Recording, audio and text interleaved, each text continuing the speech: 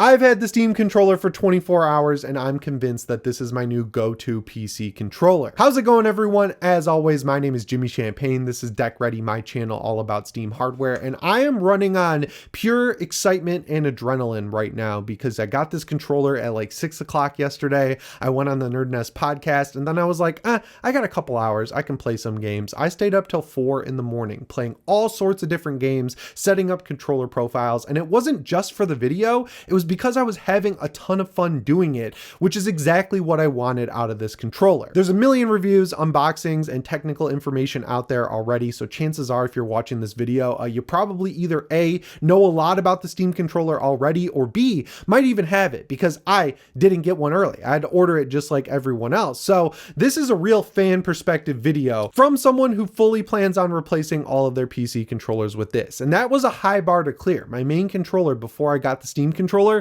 was the 8-bit Do Ultimate 2 controller. I've talked about it here on the channel. It's cheap, it's well made, it comes with a dock, it's got 2.4 gigahertz or Bluetooth connection. Basically anything you could possibly want out of just a generic controller, it handles masterfully. So replacing that is obviously not going to be easy, but again, after just a few hours with this thing, I can't see myself going back. And I think Valve should be proud of that, because if you go back to the original Steam controller, I don't think anyone who spent extensive time using it would tell you anything other than it's a really good controller that can open up a lot of, extra ways to interface with your games and all the stuff you hear about it all the time from power users. The problem is there's a really steep learning curve with the original Steam controller. And I know it doesn't seem that crazy to sit down for a couple of hours and really figure it out, but most people who play games are playing them after work or after they put their kids to bed. They don't have all day or all night to really sit there and mess with controls. They want to sit down and get into the game. And that's what this sequel controller, the new Steam controller,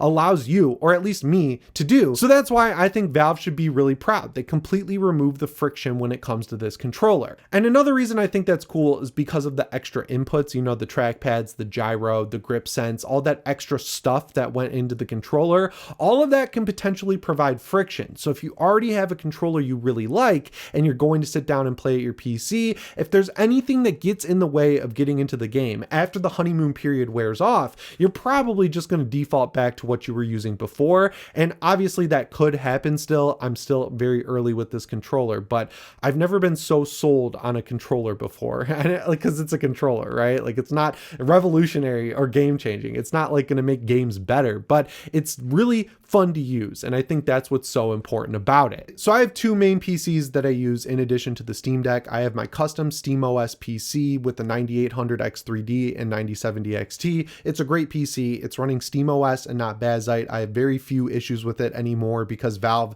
has been updating SteamOS so much for that desktop experience. My other PC is a pre-built Alienware 5080 equipped PC that I got on a clearance deal at Micro Center. That's my Windows PC for stuff like Battlefield 6 or really any game that doesn't have anti-cheat support. So I've got two main PCs and I got two controllers. So I set them both up individually and the experience was exactly the same. Again, I'm not going to cover the entire unboxing experience, but I want to give Valve another shout out for the packaging. I don't really care about packaging. I know some people are like really into like Apple packaging and things like that. I don't really care. That stuff goes right in the trash as soon as I get the controller out. So the reason it's even worth talking about is because the Steam controller comes with two boxes. They have the Steam controller's box itself, which looks nice. You open it up, you have some iconography, the controller's right there. It's a little bit heavier, like it's a weighty piece of cardboard. So there's my packaging review. But the most important factor is it comes inside another box that does not tell you it's a Steam controller. I've seen so many posts, replies, and comments from people where their Steam Deck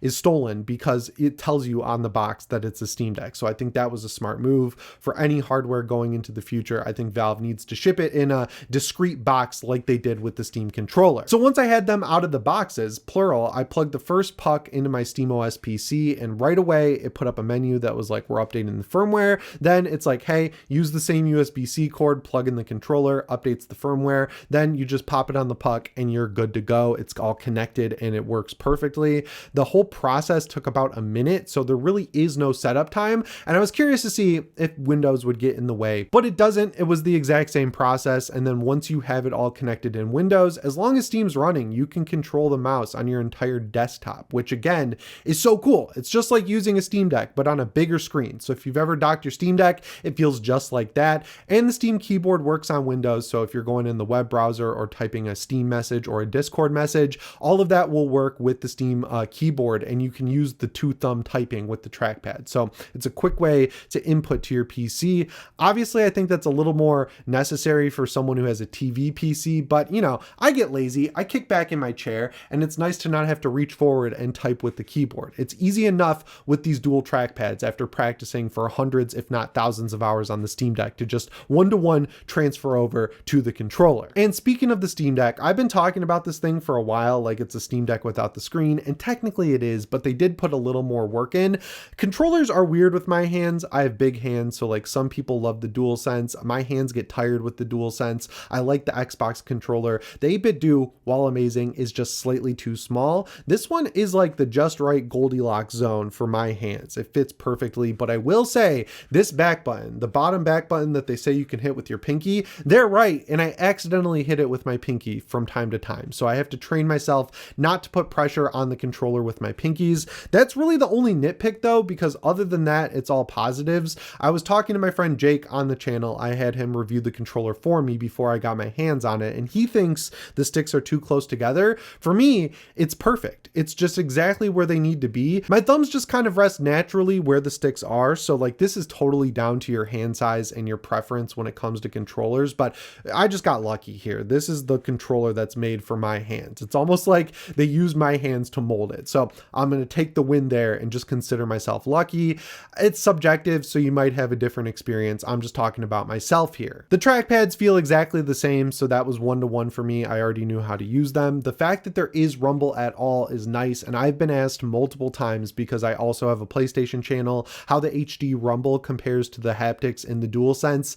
It doesn't. It's like a regular old, you know, Xbox controller in terms of rumble. So like from one perspective, it's not as good and probably shouldn't be called HD rumble, because if you compare it to like a Switch 2 Pro controller or the DualSense, it's getting lapped really. It's not even comparable. But on the other hand, it's nice to have rumble at all. Like I was playing Battlefield 6, and when I shot my gun, I could actually feel the rumble, which like if I play Call of Duty campaigns on my Steam Deck, the older ones like Modern Warfare, it's there. It's like a slight buzz though. It's not necessarily rumble. So Valve is no longer allergic to rumble, and their first effort is pretty dang good. But the real upgrade for me is the bumpers. They are so much better than the Steam Deck. I am at war with the Steam Deck's bumpers. The Steam Deck bumpers are fine. Like they're placed well. They click nicely when you tap them. The problem is the button on the board is so tiny that if you hit the bumpers too many times, or you hit them too hard, or God forbid you drop your Steam Deck, that little button is just like raised up and can get pushed back, which makes your bumpers mushy. This has happened to me 3 times, and I use my Steam Deck probably more than the average person, but that's not happening with these. They're not mushy, but they're also not clicky. It's just like when you push them, the button activates a lot quicker than it does on the Steam Deck. Like there's a lot less travel. So whatever they do with the Steam Deck 2, I want these bumpers in it instead of the ones we currently have. They've talked about how this will influence the Steam Deck 2, so I'm assuming we'll see these bumpers. Same thing goes for these back buttons. Even though I accidentally hit the bottom one sometimes, they have the same sort of travel as the bumpers, which I think is good, because it's kind of tough to hit those back buttons on the Steam Deck sometimes, but I have no trouble with this. I'd say they're on par with that 8-bit Do controller overall. So yeah, the setup was easy on SteamOS and Windows. The hardware feels great. What about the games? What games did I test out? So I really wanted to just go to my tried and true immediate test for any controller, which is Resident Evil 4 Remake's Mercenaries mode. It's my favorite mini game. I boot it up, I play the village, and I see if I can beat my S++ score. And this thing is the godsend that I needed. Like right away, this controller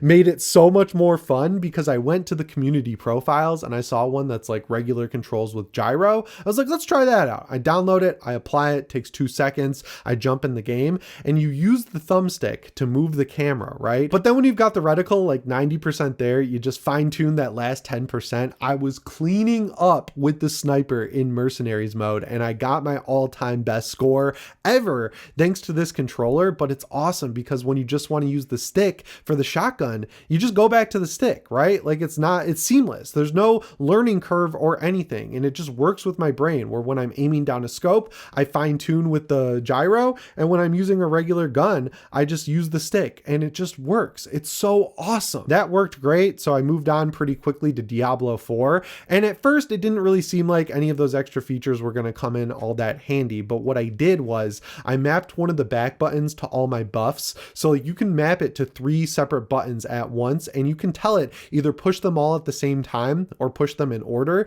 And I did push in order because I wanted them to activate one after the other. So I cast all my abilities with one button, and it's great because I don't got to watch the cooldown timers. I can kind of just spam the button and whatever buff is cooled down will activate. And if all 3 are cooled down, all 3 will activate. It's just doing what I want to do in the game. And then I can focus on, holding A to throw hammers and then tapping X 3 times to throw 3 shields to use all my faith and then start that process all over again. Now, instead of hitting 3 other buttons, I can just hit 1 and cast all those extra buffs that cast judgment on all my enemies. So that was an eye-opening moment because I realized I could have done that forever ago on the Steam Deck. But the cool thing is once you share that community profile, you can just go download it on your Steam Deck really easily. So now, because they have the same controls, I have the exact same profile set up on my Steam Deck. And once again, it's seamless. So the difficulty and time investment on those was like ranging from easy to about medium. I wanted to do something difficult to see if it would take a long time, A, and B, if it would work. So I tried out Road to Vostok.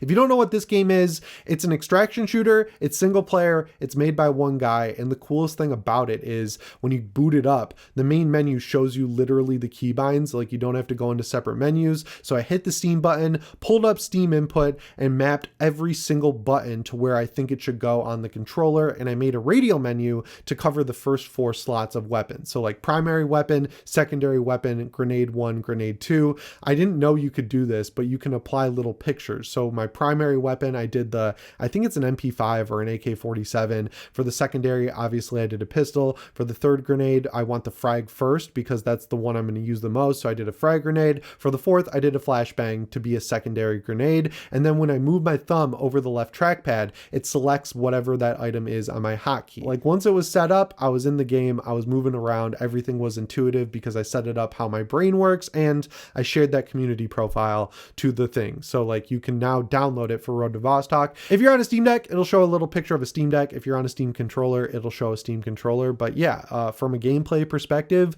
it cleared every bar I set. Like any challenge I set up for myself, which admittedly was nothing crazy, it worked perfectly. So as far as I'm concerned, this is the new default controller, and I wish I had a third one. I know it's crazy to say that because the fact that I even got 2 is pissing a lot of people off in the comments and on X, but like I didn't know it was going to sell out immediately. I thought they had a lot of them because there were no reservations. If I knew, hindsight 2020, I would have just ordered 1, but now I want a third one. So whenever they let me reserve one, I will do it. So I'm going to wait a while, let everyone get theirs, and then I'll get a third one because I just want one in my backpack all the time now to go with my Steam Deck. So I think to boil this video down to a point is that this controller is a success because I knew exactly what it was going to do. Like I know you can't fully know until you get your hands on it, but like I play on the Steam Deck all the time. It's very similar to the Steam Deck. I watched every video on it, and like I think about this stuff all the time. I'm absolutely obsessed with it. So I had a pretty like 99% there, I would say, idea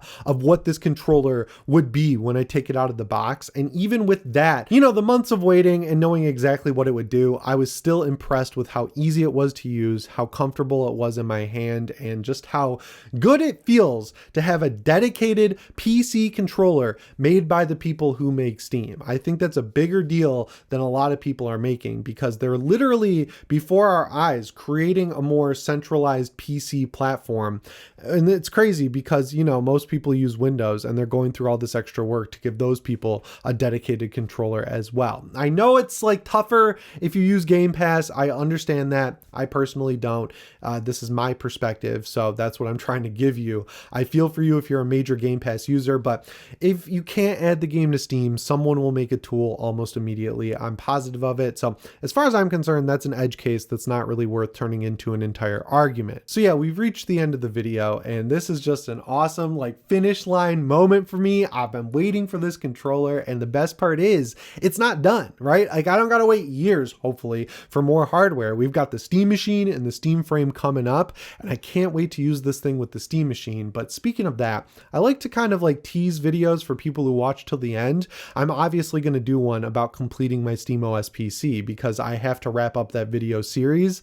I don't know why it took me until right before I recorded recorded this video to test this, but I was like, does this thing turn on the PC? Because then I can throw away the Logitech keyboard. So here's the video I took. Yeah, I'll just let you see. So I'm about 24 hours in with the Steam controller, and I can't believe I just thought to do this now, but there is my SteamOS PC. It's running SteamOS, not Bazite or any other distro. I want to see if the controller can turn it on so I can get rid of this Logitech keyboard and mouse combo. This thing only exists to use the right arrow key to turn on that PC so I can get gaming.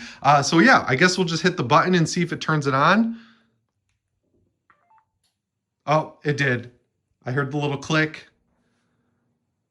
And there we are, we're in SteamOS. So now I can turn on my Steam machine that I built with a controller. This rules. So it does it. It turns on my SteamOS PC. My SteamOS PC is effectively a game console plugged into my TV with insane performance. That is so exciting to me. I know it doesn't matter to like so many people out there, but like that was it. That was the last piece of the puzzle that I've been waiting for. So yeah, look forward to that video. I hope if you ordered a Steam controller and you didn't get it yet, it gets there soon. I hope also you love it as much as I do. But yeah, I gotta film some B-roll. I gotta edit this video. Subscribe to the channel, set your notifications to all. As always, guys, my name is Jimmy Champagne. I'll see you in the next one. Thank you so much for watching. For real, you are awesome, and shape on.